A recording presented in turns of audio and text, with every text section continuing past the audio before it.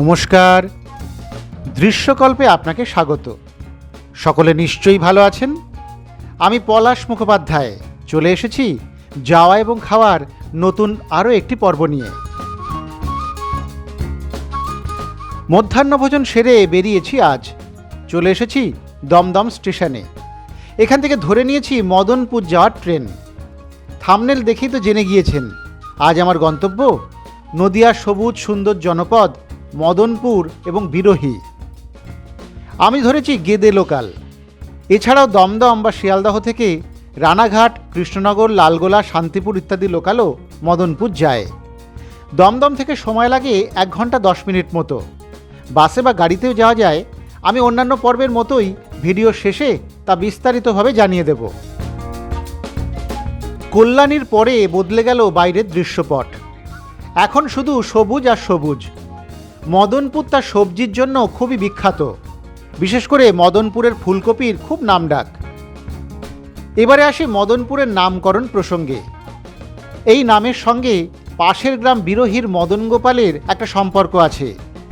জনশ্রুতি অনুযায়ী ঠাকুর মদন গোপাল রাধিকার সঙ্গে কৃষ্ণনগর যাওয়ার পথে এখানে বিশ্রাম নিয়েছিলেন, যার থেকে এই স্থানের নাম হয় মদনপুর। কথা বলতে বলতে ট্রেন ঢুকছে মদনপুরে। এবারে নেমে যাই, তারপরে বাকি কথা হচ্ছে।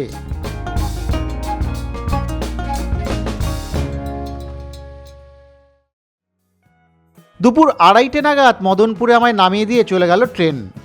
এই প্ল্যাটফর্ম কিন্তু খুব একটা নিরিবিলি নির্জন নয়, বেশ লোকজন আছে। আমাদের মদনপুর ভ্রমণ 2 ভাগে ভাগ করে নেব। প্রথমে যাব স্টেশনের পূর্ব দিকে।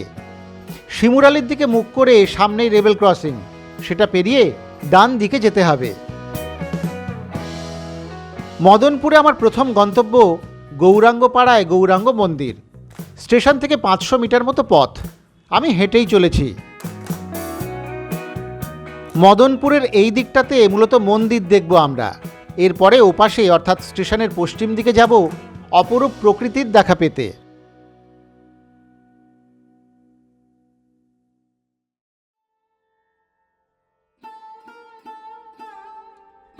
চলে এসেছি গৌরাঙ্গ পাড়ায়। সামনে একটা ছোট মাঠ, তার ওপাশেই গৌরাঙ্গ মন্দির। দালান শৈলীর মন্দির এটি। মন্দির দুপুরে বন্ধই হয়ে গিয়েছিল প্রায়। আমি গিয়ে পড়ায় সেটিকে খুলে ঠাকুর দেখবার সুযোগ করে দিলেন পুরোহিত। ভিতরে নিতাই গৌরের মূর্তি রয়েছে, নিত্য পুজো হয়। এখানে প্রতি বছর দোল উৎসব উপলক্ষে মহাসমারোহে গৌরাঙ্গ মেলা বা অষ্টম দোল মেলা অনুষ্ঠিত হয়। স্থানীয়ভাবে এই উৎসবটি খুবই জনপ্রিয় এবং প্রচুর মানুষের সমাগম ঘটে তখন।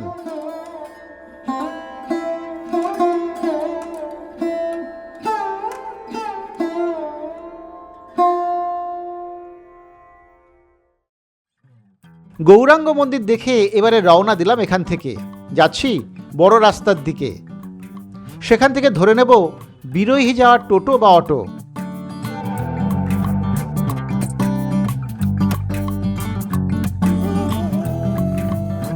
বড় রাস্তায় এসে ধরে নিয়েছি বিরোহী যাওয়ার টোটো। এখান থেকে কম বেশি 5 কিলোমিটার মতো পথ, মিনিট 15 সময় লাগবে। এই এলাকার এক প্রাচীন জনপদ হলো বিরোহী। এখানে বর্তমানে মজে যাওয়া যমুনা নদীর তীরে মদন গোপালের একটা সুদৃশ্য দালান মন্দির আছে। আপাত দৃষ্টিতে অখ্যাত এই গ্রামটির সঙ্গে জড়িয়ে আছে এমন এক বৈশিষ্ট্য সমগ্র পশ্চিমবঙ্গে যার কোনো তুলনা নেই।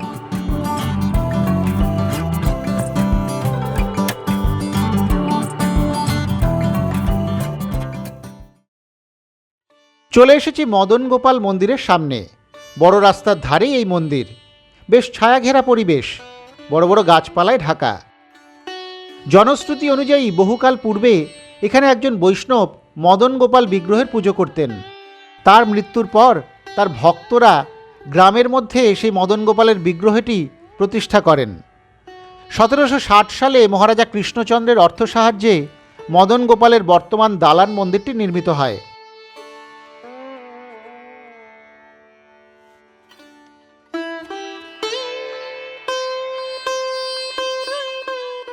বিগ্রহের সেবা ও পুজো পরিচালনার উদ্দেশ্যে কৃষ্ণচন্দ্র 150 বিঘা দেবত্বর জমিও দান করেছিলেন। যদিও এখন তার কিছুই আর অবশিষ্ট নেই।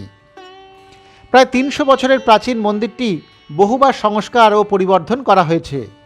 মন্দিরের গর্ভগৃহে প্রায় ৩ ফুট উচ্চতা বিশিষ্ট বংশীধারী মদন গোপাল এবং ২.৫ ফুট উচ্চতা বিশিষ্ট রাধিকা, বলরাম, রেবতী, জগন্নাথ দেবের নয়নাভিরাম বিগ্রহ এবং একটি শিবলিঙ্গ নিত্য পূজিত।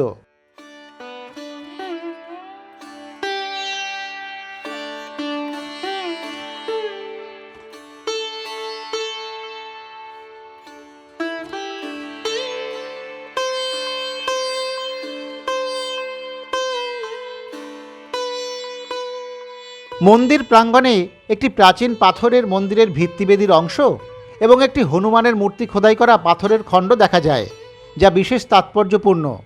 সম্ভবত এগুলি বহুকাল পূর্বের পাল বা সেন যুগে নির্মিত কোনো দেবী মন্দিরের অংশবিশেষ, যার ইতিহাস অবশ্য এখন আর আমাদের জানা নেই।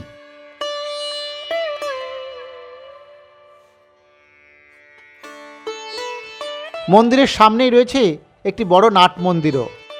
প্রাচীন এই গ্রামটির নাম বিরোহী হওয়ার পেছনে রয়েছে একটি লোককাহিনী। মদন গোপাল বিগ্রহ প্রথমে নাকি এখানে একক প্রতিষ্ঠিত হয়েছিল। দীর্ঘদিন একা থেকে রাধিকা বিরহে কাতর হয়ে তিনি স্বপ্নাদেশ দেন।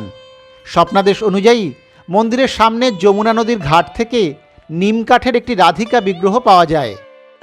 মহা ধুমধাম করে সেই রাধিকা বিগ্রহকে মদন গোপালের পাশে প্রতিষ্ঠা করা হয়। রাধিকার জন্য মদন গোপালের এই বিরহ এবং তার নিরসনের এই কাহিনীকে কেন্দ্র করেই গ্রামটির নাম হয়ে যায় বিরোহী। আবার কেউ বলেন, নিজের কোনো বোন না থাকায় ভগবান শ্রীকৃষ্ণ বা মদন গোপালের যে বিরহ, তার থেকেই গ্রামটির এমন নামের উৎপত্তি। এবং এই বিরহ প্রশমিত করবার জন্যই এই অঞ্চলের মহিলারা ভাই ফোঁটার দিনে আপন ভাইয়ের স্নেহে মদন গোপালকে ফোঁটা দেওয়ার একটা সুন্দর প্রথা প্রচলন করেন। ভাই ফোঁটার দিন মদন গোপালকে ফোঁটা দেওয়াকে কেন্দ্র করে এক বিশেষ উৎসব হয় মন্দিরে। সামনের মাঠে বসে বিশাল মেলা। মেলায় অংশ নিতে দূর দূরান্ত থেকে বহু মানুষ ছুটে আসেন এই বিরোহী গ্রামে।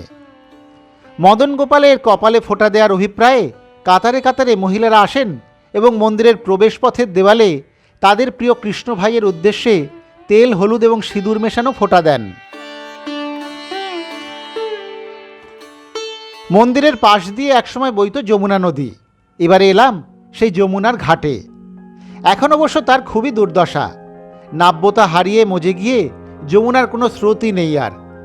নদী গর্ভে এখন শুধু সবুজে সাজানো সংসার। জল না থাকলেও প্রচুর সবুজ কিন্তু এখন যমুনার বুকে, সেটা দেখতেও খারাপ লাগছিল না। তবে এই যমুনা নদী আমার জন্মস্থান গোবরডাঙ্গার পাশ দিয়েই বইছে। আমার ছোটবেলার অনেক স্মৃতি এই যমুনাকে ঘিরে। আমি সাঁতারও শিখেছি এই যমুনা নদীতেই। সেই নদীর এমন অবস্থা দেখে বেশ অবাকই হলাম।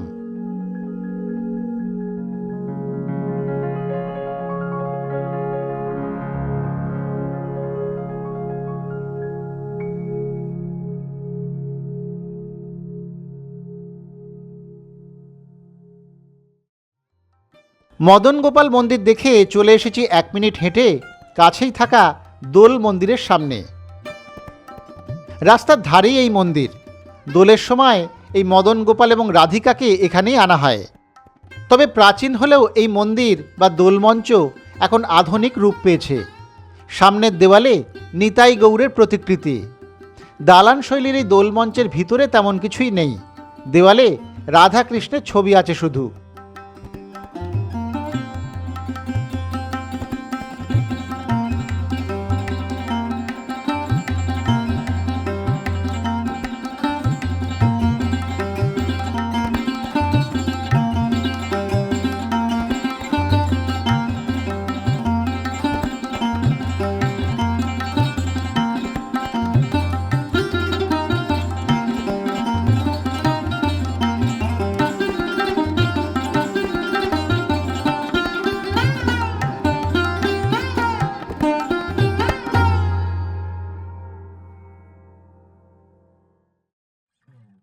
দোল মন্দির দেখে এবার রওনা দিলাম এখান থেকে।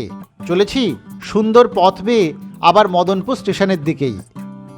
বিরোহী থেকে মদনপুর যাওয়ার এই রাস্তাটি বেশ সবুজের মধ্যে দিয়েই গিয়েছে। এর মধ্যে খোঁজখবর নিয়ে নিয়েছি কোন দোকানের মিষ্টি এখানে সেরা। স্টেশনে গিয়ে এবার মিষ্টি নেওয়ার পালা। স্টেশনের পূর্ব দিকে রেলগেটের পাশেই আছে মিষ্টির দোকান রাজা সুইটস। এবারে সেখান থেকেই মিষ্টি নিয়ে নেব। এই দোকান এই অঞ্চলে খুবই জনপ্রিয়। বাইরে থেকে তেমন বোঝা না গেলেও দোকানের ভিতরে ঢুকে আমি তো অবাক। নানান ধরনের মিষ্টি রয়েছে এখানে। দামও কম বেশি দুই রকমেরই আছে। এত বৈচিত্র্য যে কোনটা ছেড়ে কোনটা খাবো বাছাই মুশকিল। তারই মধ্যে ওরা আমায় দিলেন দুটি মিষ্টি, একটি লর্ড ভিআইপি এবং অন্যটি ক্রিম রোল। লর্ড ভিআইপির দাম 17 টাকা এবং ক্রিম রোলের দাম 16 টাকা পিস। গ্রাম্য এলাকা, অথচ এত দামি মিষ্টিও বিক্রি হয় দেখে একটু অবাক হলাম বই কি। মিষ্টি নিয়ে এবার পথে আমি। মিষ্টির দোকানের পাশেই গরম গরম পেঁয়াজি ভাজা হচ্ছিল, নিয়ে নিয়েছি সেটাও। স্টেশনের পশ্চিম দিক থেকে ধরে নিয়েছি ঈশ্বরীপুর যাওয়ার অটো। ঈশ্বরীপুর মোড় পর্যন্ত গিয়ে সেখান থেকে আমায় যেতে হবে চরসরাটির দিকে। বিকেলের পড়ন্ত আলোয় গঙ্গার ধারে বেড়াবো আমি। মিনিট 10 মধ্যেই আমায় ঈশ্বরীপুর নামিয়ে দিল অটো। এখান থেকে এবারে হাঁটবো আমি। টোটো নেওয়া যায়, কিন্তু আমি একটু গ্রামীণ পরিবেশের স্বাদ পেতে হেঁটেই চলেছি।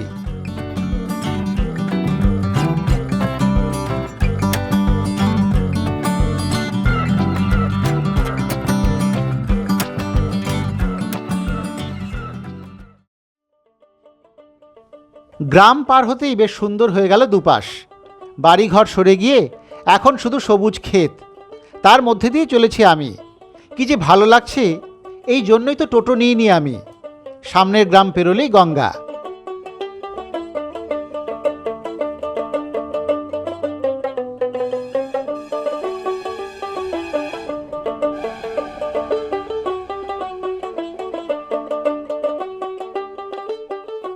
এবারে চলে এসেছি গঙ্গার একেবারে কাছাকাছি।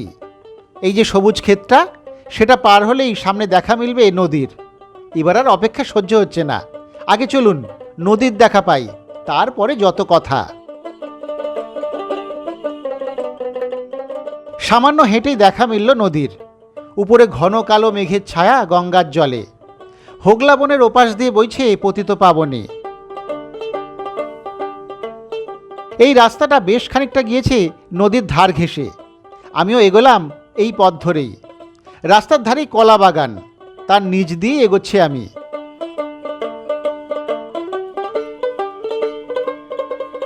কিন্তু মাঝে মধ্যে একটু দাঁড়াতে হচ্ছে বই কি। একদিকে পাট ক্ষেত, অন্যদিকে নদীর নানান ধরনের রূপটান। মাঝে মধ্যে দাঁড়িয়ে সেই রূপের বৈচিত্র্য উপভোগ করছি।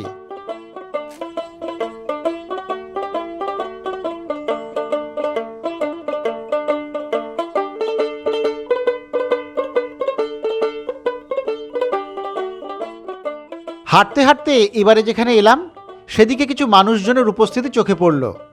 পাড়ে বাঁধা এক ঝাঁক নৌকা, তার উপরে বসে কিশোর কিশোরীদের ছবি তোলার ধুম।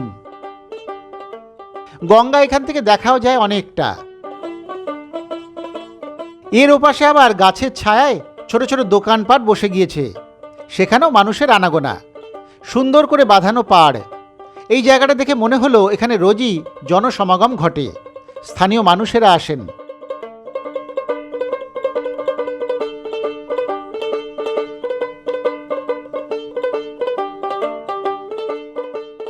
পাশেই রয়েছে একটি ঘাট, এবারে এলাম সেখানে।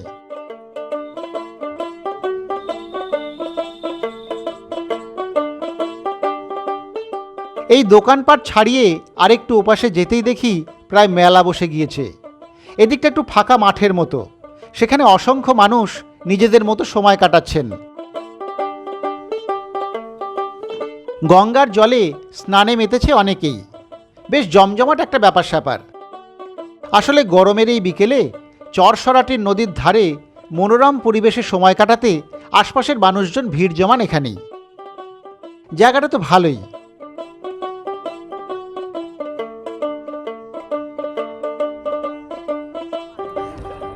আমি অবশ্যই ভিড় ছাড়িয়ে এগোলাম আরও একটু সামনের দিকে। এদিকটা অবশ্য লোকজন তেমন নেই বললেই চলে। নিরিবিলি নদীর ধারে একটু বসা যাক এবার। অনেকটা ঘোরাঘুরি হয়েছে, একটু ক্লান্তও ছিলাম। ফুরফুরে হাওয়ায় এই নদীর ধারে এমন সবুজের মাঝে বসে থাকতে অসাধারণ লাগছিল।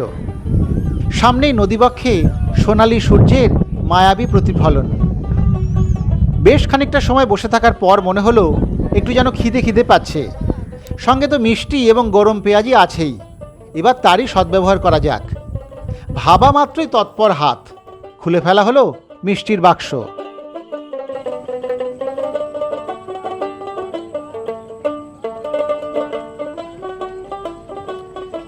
এই প্রচণ্ড গরমে বিকেলবেলায় গঙ্গার ধারে ফুরফুরে হাওয়ায় বসে থাকা এ একটা দারুণ অভিজ্ঞতা। তার সঙ্গে সূর্যও প্রায় যাওয়ার পথে, রক্তাভ সূর্যের প্রতিফলন গঙ্গার বুকে, খুব সুন্দর লাগছে। ওদিকে একটু ভিড় ছিল, চরসরাটির ওদিকটা বেশ দোকানপাট, অনেক লোকজন। গঙ্গার আসলে বিকেলবেলাটা তো খুব সুন্দর লাগছে, সকলেই এসে গঙ্গার ধারে একটু সময় কাটাচ্ছেন। ছেলেমেয়েরা স্নান করছে, আমারও ইচ্ছে করছিল ওদের দেখে একটু স্নান করতে। যাই হোক, তো গঙ্গার ধারে এই জায়গাটা নিরিবিলির ফলে বসে আছি, ভাল লাগছে। এই সময় মনে হলো একটু মিষ্টি খাওয়া যেতেই পারে। আপনারা তো জানেন যে আমরা তো, যারা আমাদের পুরনো দর্শক তারা জানেন যে একটু মিষ্টি মিষ্টি খাই আমরা গঙ্গার ধারে বসলে বা নদীর ধারে বসলে। আজকে মিষ্টি খাওয়ার আগে একটু পেঁয়াজি খাবো। আসার সময় গরম গরম পেঁয়াজি পেয়েছিলাম, একটু হয়ে গেছে, অনেকক্ষণ ধরে কেনা, এখনও গরম একটু একটু আছে, খুব ঠান্ডা হয়নি কিন্তু। পেঁয়াজিটা ভালোই খাচ্ছি। তার সঙ্গে একটু মিষ্টি মুখটা কী করছি আপনাদের দেখিয়ে দেওয়া দরকার। আমরা নিয়েছিলাম দুটো মিষ্টি, তার মধ্যে একটা মিষ্টি খাচ্ছি প্রথমেই, সেটা হচ্ছে লট ভিআইপি এই মিষ্টির নাম। একটা হালকা লেবুর স্বাদ আছে। আর একটা হচ্ছে ক্রিম রোল। ক্রিম রোলটা রোলের মতো নয়, গোল মতো দেখতে, ওপরে ক্রিম ছড়ানো আছে। এটা খুব কম মিষ্টি। আমি রাজা সুইটস মদনপুরের, মানে এত ভালো মিষ্টি বা এত বৈচিত্র্যপূর্ণ মিষ্টি এখানে পাবো ভাবিনি। কিন্তু দোকানটা প্রথমে দেখে আমার খুব একটা ভক্তি হয়নি, বাইরের থেকে ভেতরে ঢুকে তাজ্জব হয়ে গিয়েছি। বহু মিষ্টি ভালো, আপনারা এসে মদনপুরে এলে কিন্তু এই দোকানে মিষ্টি খেতে পারেন, ভালো লাগবে। আপাতত আমি এই সুন্দর বিকেলটা কাটাই, দারুণ লাগছে। যতক্ষণ থাকতে পারি, অন্তত সন্ধে পর্যন্ত থাকি, তারপরে ধীরে সুস্থে ফিরবো। ভালো লাগছে, জায়গাটা খুব সত্যি খুব সুন্দর।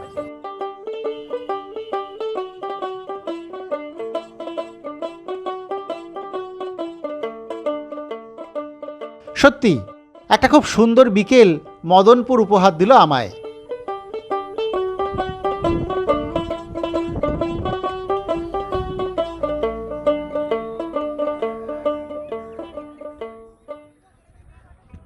নদীর ধার ধরে এবারে আরও একটু এগোলাম সামনের দিকে। ও হ্যাঁ, এই বেলা বলে রাখা ভালো, এই চরসরাটি কিন্তু কল্যাণী থেকেও কাছে। যারা শুধুমাত্র এখানেই আসতে চান তারা কল্যাণী ঘোষপাড়া স্টেশনে নেমেও আসতে পারেন। আমি হাঁটতে হাঁটতে আরও একটু ওপাশে গেলাম। আরও কিছু সময় সূর্যাস্তের দর্শন হলো।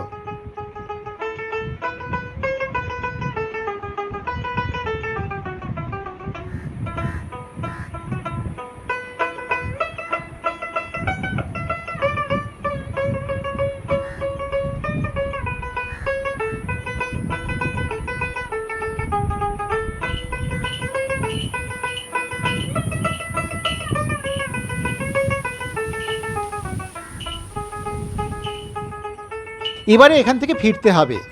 শুরু করলাম চরসরাটি সেই যে দোকানগুলি যেদিকে, সেই দিকে হাঁটা।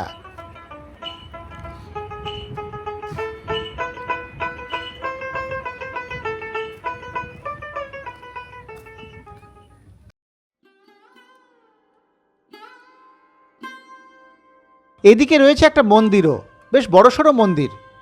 এই মন্দিরের ভালো নাম হরিগুরু মণি আশ্রম। এটি আসলে মতুয়াদের ধর্মগুরু হরিচাঁদ ঠাকুর এবং গুরুচাঁদ ঠাকুরের মন্দির। সাদা সুন্দর মন্দিরটি দেখতে খারাপ লাগে না।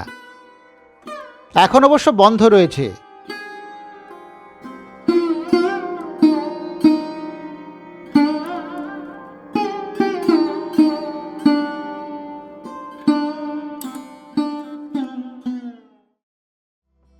এবারে রওনা দিলাম চরসরাটি থেকে।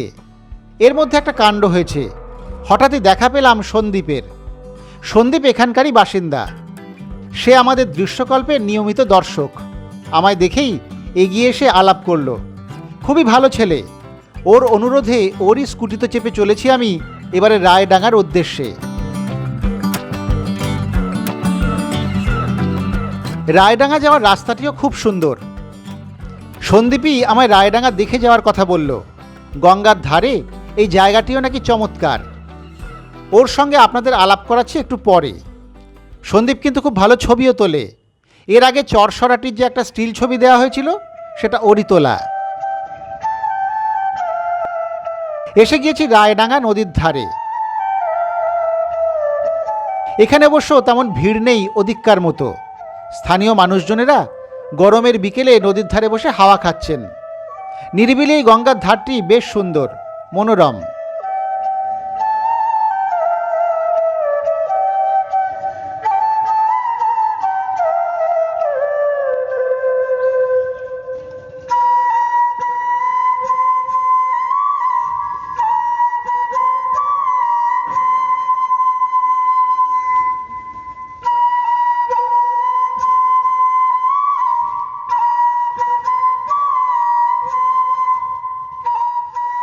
নদীর ধারে বসবার জন্য বাঁধানো ব্যবস্থাও করে দেওয়া হয়েছে। আমরাও বসলাম একটু সেখানে। বসে আছি গঙ্গার ধারে, আলাপ করিয়ে দিয়ে আমার পেছনে রয়েছে সন্দীপ। সন্দীপ আমাদের দৃশ্যকল্প পরিবারের একজন সদস্য। হঠাৎ করেই আমাদের আলাপ হলো ওই চরসরাটিতে। আমি চরসরাটি ঘুরে সূর্যাস্তটা দেখে বেরিয়ে আসছি, তখনই ও হঠাৎ করে এসে আলাপ করলো। সন্দীপ খুব ভালো ছেলে। ও আমাকে আর একটা জায়গায় রায়ডাঙ্গা নিয়ে এলো। ওর সঙ্গে না এলে হয়তো এই রায়ডাঙ্গাটা আমার দেখা হতো না। এটাও খুব সুন্দর, নিরিবিলি নদীর চর, নদীর ধার আর কি, গঙ্গার ধারে। তো ও থাকাতে ভালো হলো। আরও একটু বেশি আগে পেলে ভালো হতো। এখন তো সন্ধে হয়ে গিয়েছে প্রায়। তবু আমরা সন্ধ্যের এই জাস্ট হব এরকম সময়ে এই রায়ডাঙ্গার এই নদীর ধারে এসে বসেছি দুজনে মিলে। একটু গল্প গুজব হচ্ছে। কি সন্দীপ? একদম একদম। সন্দীপ একটু লাজুক। সন্দীপ কথাবার্তা বেশি বলতে চায় না ক্যামেরার সামনে, কিন্তু ও আমাকে যথেষ্ট অন্যান্য জিনিস আমাকে তথ্য দিয়েছে, ঘুরিয়েছে। ভালো।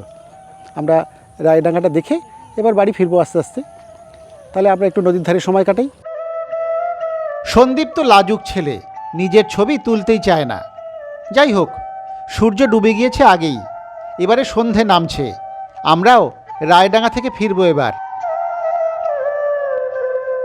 সন্দীপই আমায় স্কুটিতে করে মদনপুর নামিয়ে দেবে বলল। আমায় ও একটা সুন্দর রাস্তা দিয়ে নিয়ে চলেছে এখন। দুপাশে সবজির ক্ষেত, তার মধ্যে দিয়ে এই পথটা সত্যি দারুণ। গোধূলি বেলায় এমন পথে যেতে পারাটাও ভাগ্যের ব্যাপার।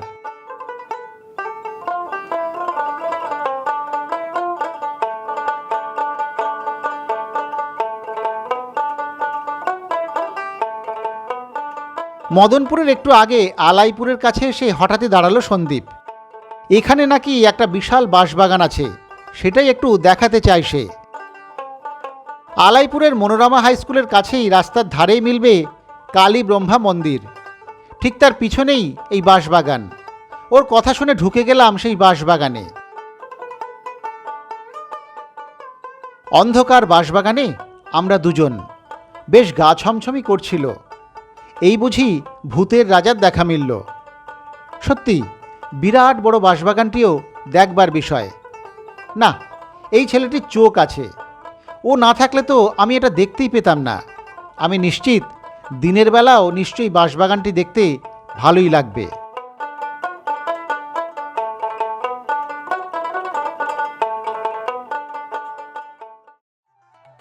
এবারে রওনা দিলাম আমরা। চলেছি মদনপুর স্টেশনের দিকেই।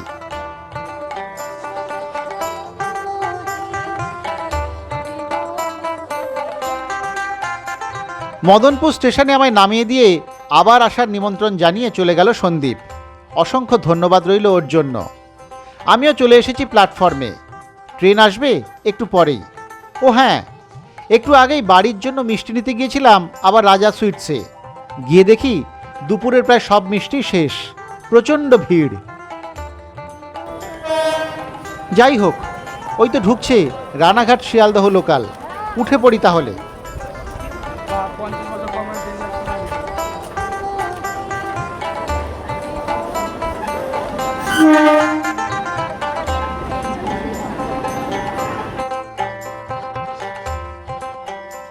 বেশ ভিড় ট্রেনে। আমি জায়গা পেলাম নৈহাটিতে এসে। যাই হোক, এবারে যেতে যেতে বলি মদনপুরে আসা যাওয়ার ব্যাপারে। ট্রেনে আসাই সবচেয়ে ভালো। শিয়ালদহ বা দমদম থেকে কৃষ্ণনগর, শান্তিপুর, লালগোলা, রানাঘাট, গেদে ইত্যাদি যাওয়ার ট্রেন মদনপুর হয়েই যায়। বাসে এলে কলকাতা থেকে কৃষ্ণনগর বা উত্তরবঙ্গগামী বাসে বিরোহিতে নামতে হবে। গাড়িতে বা বাইকে এলে কলকাতা থেকে বারাসত, জাগুলি, কল্যাণী হয়ে মদনপুরে আসা যায়, অথবা কল্যাণী এক্সপ্রেসওয়ে ধরে কাঁপা মোড় এসে সেখান থেকে ভিতরের রাস্তা দিয়েও মদনপুরে পৌঁছানো যায়। মদনপুরে খাওয়া দাওয়ার জন্য 2-3টি ভালো রেস্টুরেন্ট আছে জাতীয় সড়কের ধারে বেশ কয়েকটি ধাবাও। এছাড়াও আছে রোল চাউমিনের দোকানও। সুতরাং খাওয়া দাওয়ার অসুবিধে খুব একটা হবে না। থাকার জন্য কোনো জায়গা কিন্তু মদনপুরে সেভাবে নেই, থাকার প্রয়োজনও পড়ে না। মদনপুর একবেলা ভ্রমণের জন্য দারুণ উপযোগী একটা জায়গা। আজ তাহলে আসি, আবার ফিরে আসবো সামনের বুধবারে অন্য কোথাও যাওয়া এবং খাওয়া নিয়ে। ততক্ষণ সকলে ভালো থাকুন, সুস্থ থাকুন, এভাবেই দেখতে থাকুন দৃশ্যকল্পের চ্যানেল ও যাওয়া এবং খাওয়া।